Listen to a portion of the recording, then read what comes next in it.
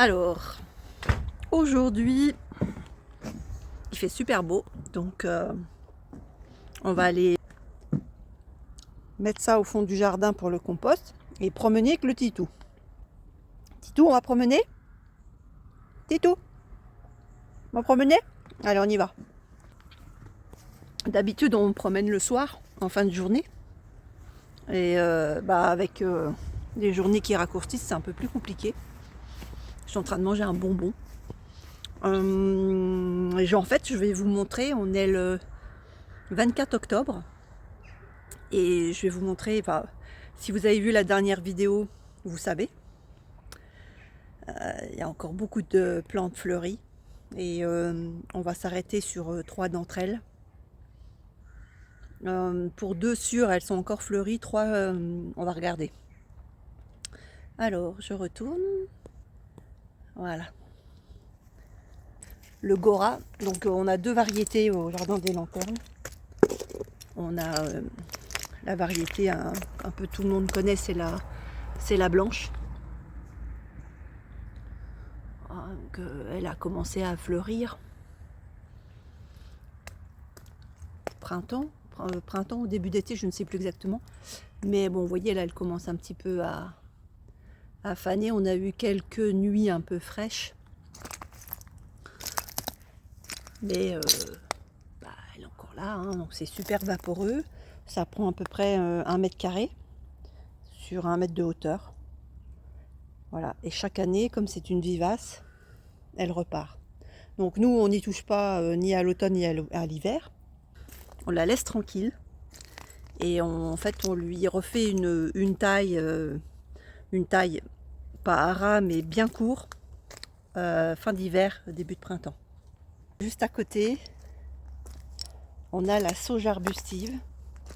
Alors on connaît les sauges, sauge officinalis, des sauges qui sont biannuelles ou annuelles. Celle-ci, elle fait du bois. Celle-là, elle a, je sais pas quel âge elle a, mais on l'a quasiment plantée, elle doit avoir 10 ans à peu près. Et elle est particulièrement belle cette année. Ses fleurs sont assez grosses. Oui, on a encore... Il a eu peur, le bourdon. On a encore des bourdons et des abeilles dedans. Alors, on en a beaucoup de variétés. On a des bicolores. Je vais faire le tour de toutes les variétés que nous avons. Et c'est fou de se dire, bah voilà, on a encore de la fleur jusque fin octobre, début novembre. Avec les graminées, ça fait un joli ensemble. Ah, Yoda.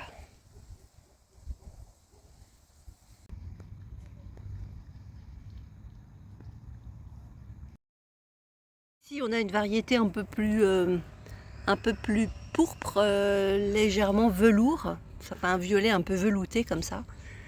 Alors là, je filme avec le téléphone et il a du mal à faire un peu le focus. Donc plus souvent, on connaît la Hot Lips rouge et blanche. Il y a maintenant, on trouve maintenant des variétés bicolores, blanc-violet ou inversées. Vous allez voir, il y a 2 roses, rose saumonné et un rose un peu plus soutenu. Une autre variété, donc bicolore.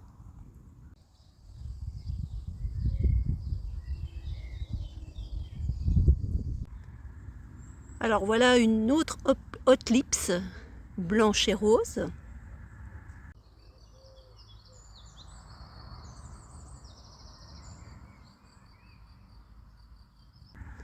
Et à côté, nous avons une petette nouvelle. Alors c'est un peu une Hot Lips inversée parce que d'habitude on a le blanc près du pédoncule et la couleur plus foncée sur les bords. Et là c'est l'inverse. Bon, il y a une multitude de sauges arbustives, des couleurs variées. Il y a du violet, du jaune pâle, du saumon.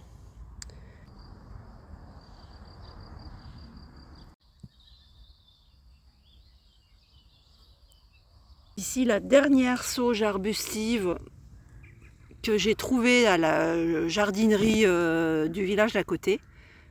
C'est vraiment une couleur, un bleu-violet presque électrique. Ça rend pas pareil sur la vidéo, mais on aperçoit un peu, mais ça fait vraiment une espèce de couleur très, oui, très électrique en fait. Je sais pas comment dire autrement. Donc vous voyez, elle a été plantée cette année.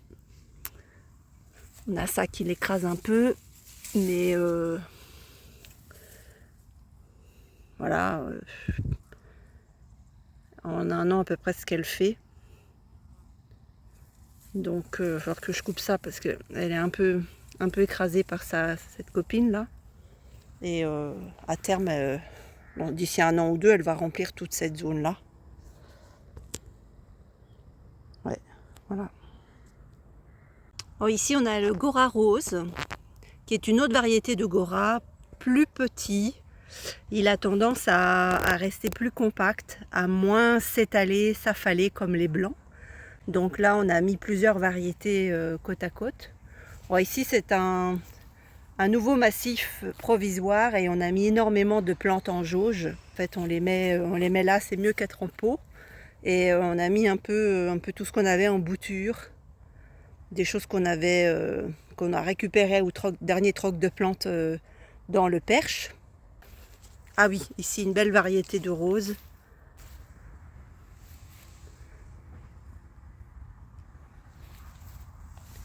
Donc là, il y a un pied, hein, c'est un pied, vous voyez, c'est un peu affalé.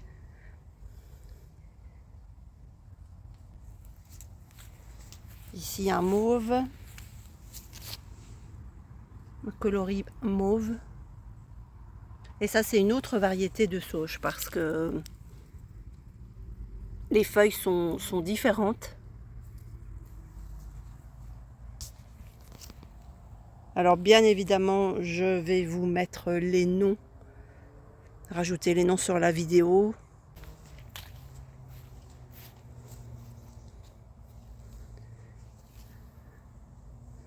Alors, ah oui, la orange saumonée, on l'a perdue, je crois.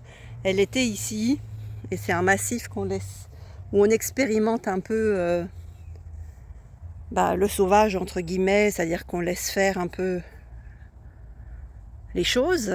On intervient, on a taillé le buddleia, le chêne vert, le cyprès derrière qu'on a planté récemment. Et on a un couvre-sol, le lysimac, et sinon on laisse un peu faire. Et bon, ça devient un peu anarchique à un moment donné, donc il faut quand même intervenir. Et on a une troisième plante qu'on aime beaucoup, on a pas mal de variétés, on commence à avoir une petite collection, c'est les penstemons. Alors voici. Si je vous montre la fleur, ça va peut-être vous parler tout de suite. Voilà, donc pareil, vivace, 1 mètre, 1,20 m de haut, de large, et ça fait des clochettes. Alors là, ça arrive un peu en bout de saison, hein, évidemment, mais dites-vous que ça a fleuri tout le printemps, tout l'été, jusqu'à la mi-automne. Donc c'est vraiment des valeurs sûres. Ce sont 3 familles de plantes que vous pouvez décliner selon les variétés que vous trouvez. Ah là-bas, il y a un joli penstemon violet.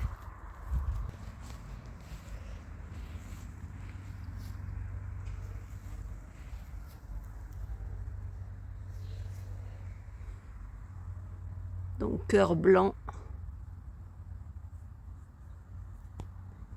Un autre penstemon ici, un peu plus mauve avec le cœur blanc. Bon, il reste encore quelques fleurs, un peu de chance. Je vais incruster des photos ou des vidéos de la pleine saison pour que vous puissiez voir ce que ça donne.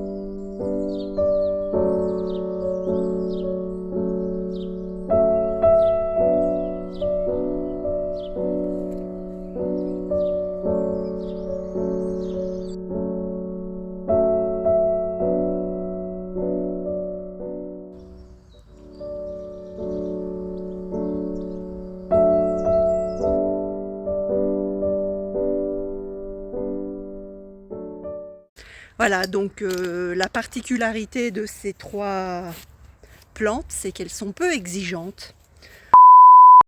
Oui, donc c'est la Céline du montage. Je me rends compte que pour la suite de la vidéo, je me suis emmêlé les pinceaux. Donc ce que je voulais dire et le plus important à retenir, c'est que ce sont des plantes très faciles. On les recommande pour les jardiniers débutants. Concernant la sauge arbustive, elle est native du Mexique et aussi du Texas, je crois. Et donc elles sont particulièrement tolérantes à la sécheresse et au froid également. Elles tiennent bien les gelées jusqu'à -15. Et puis voilà, mais ça se passe toujours très bien et c'est des vivaces que vous allez garder des années et des années. Donc je vous emmène au compost. C'est tout au fond du jardin. Pour rappel, on a 2800 mètres carrés et c'est tout au fond. Le jardin est tout en longueur.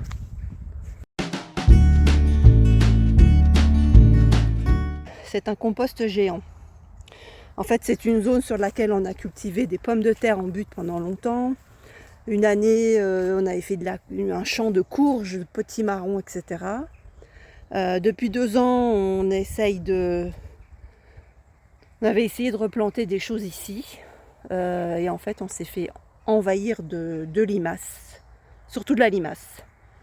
Un peu d'escargot, mais surtout de la limace. Et on a décidé d'en faire un compost géant. Donc il y a un peu tout. Ce qu'on n'a pas eu le temps de broyer, les restes de butternut là-bas qu'on vient d'enlever. Les pommes.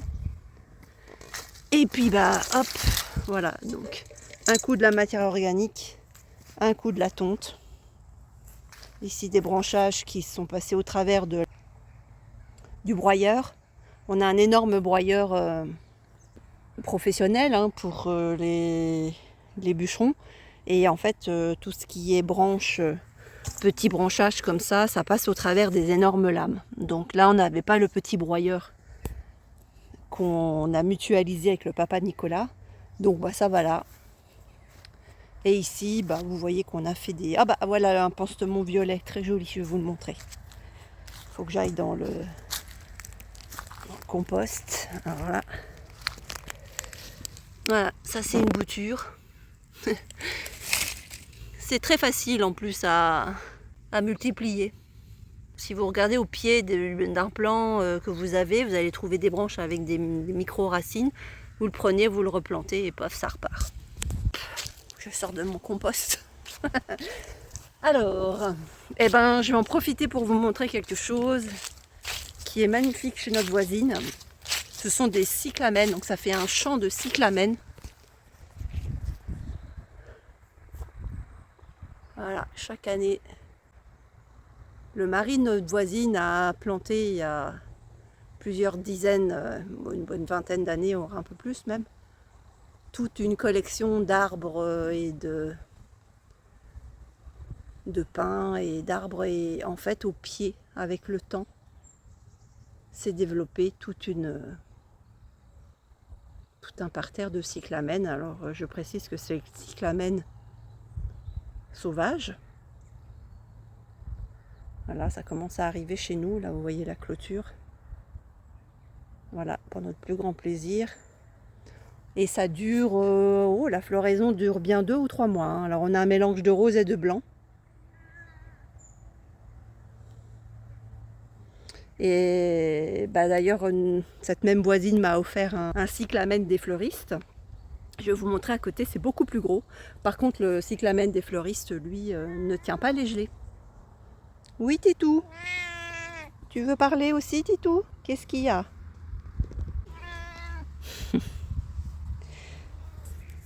Donc le cyclamène des fleuristes, lui, va geler. Ah oui. Alors que le cyclamène de Naples, version sauvage, ne bouge pas pendant 3 mois. Après, il va disparaître, les fleurs vont faner, le bulbe va rester en terre évidemment et ça refleurit chaque année. Ça va, Titou? Oui.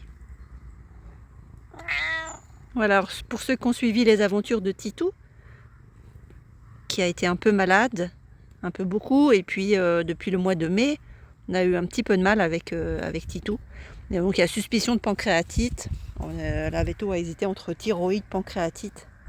Et le pauvre chat avait pas mal de difficultés, c'est-à-dire qu'il était dans des états où il ne pouvait plus manger, avec des diarrhées assez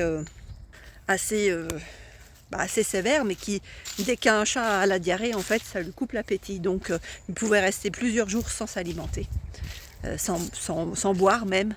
Et quand il n'était pas bien comme ça, il avait tendance à se mettre dans des coins un peu reculés des jardins des voisins, et on ne le trouvait plus. Et on l'a retrouvé 2-3 fois comme ça, où il était complètement déshydraté. En fait, il se laisse pas mourir, mais il ne peut plus manger ni boire. Donc il s'isole, et puis voilà, donc on l'a récupéré, on l'a soigné. Pour l'histoire, c'est que Titou va mieux. On a fait essayé plusieurs traitements. Échographie, prise de sang, plusieurs, et il est sous cortisone avec un cachet tous les 4 jours. Bon, apparemment la veto nous dit que c'est à vie.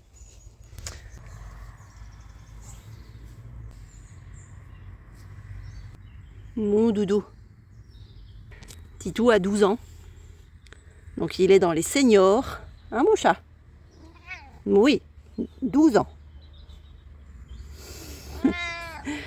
Et je vais essayer de vous filmer. Attends, on filme les blessures de guerre. Un Titou. Donc ils lui ont rasé. Ah non, on voit pas de ce côté-là. On va montrer de l'autre côté. Oui, ça repousse les poils, mon chat. Et voilà les aventures. Bon, alors c'est un vlog complètement chaotique. Je suis partie dans tous les sens. Vraiment, je suis partie dans tous les sens dans ce vlog. Je fais ma vie et je pense que vous allez avoir le mal de mer quand je filme comme ça. Alors, je suis allée chercher le cyclamen des fleuristes, que voici. On va aller le comparer avec le cyclamen de Naples.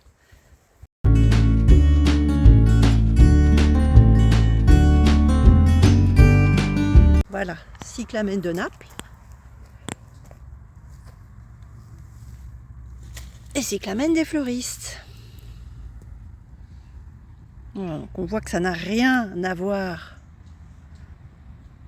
au niveau de la taille. Hein. Attendez, hop, voilà, un peu plus grand. Donc, que ce soit au niveau des feuilles, presque avec des angles là un peu plus carrés. Celles-ci sont un peu plus rondes en forme de cœur. Et puis au niveau de la fleur, voilà, on voit que ça n'a rien à voir au niveau de la taille. Voilà, donc oui, hein, les fleuristes c'est très joli le cyclamen. Hein. Alors celui-là, super série macro pastel, cyclamen. Alors celui-là il va rester sur la table terrasse, sur la terrasse près de la cuisine, mais il va pas tenir l'hiver, hein. Donc c'est éphémère. Donc voilà, je suis passée de l'autre côté chez la voisine, donc pour vous montrer tout le parterre de cyclamen.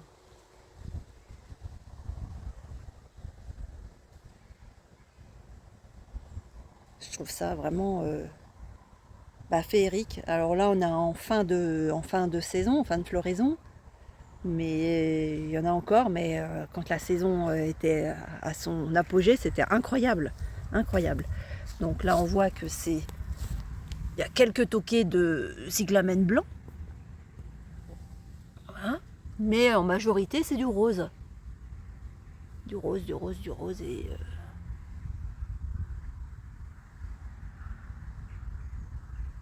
voilà, donc ça aime ombre mi-ombre. Là, c'est le soleil rasant de fin de journée, donc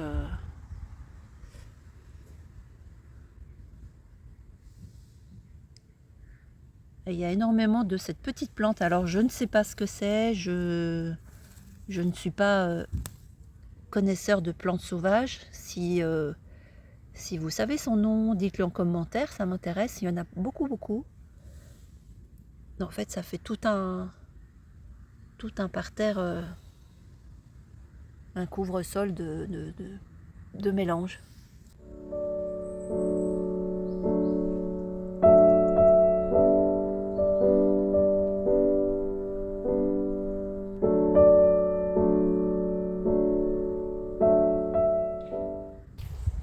Voilà pour ce vlog.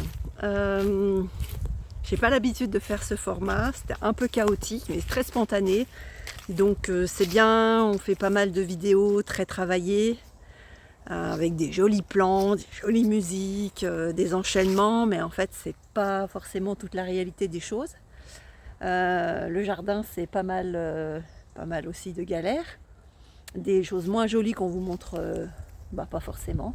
Donc on va alterner différents formats de vidéos avec des vlogs. Si ça vous plaît, dites-le en commentaire. Nous, ça nous permet de savoir ce que vous préférez et comment ça rend de votre point de vue. Voilà, c'est toujours intéressant. Et puis, je vous laisse avec le sujet de la prochaine vidéo. Le sujet de la prochaine vidéo, parce que c'est un peu particulier. Voilà, il s'agit de cet arbre. Certains vont le reconnaître. Voilà, donc il a poussé à droite de la clôture, chez la voisine.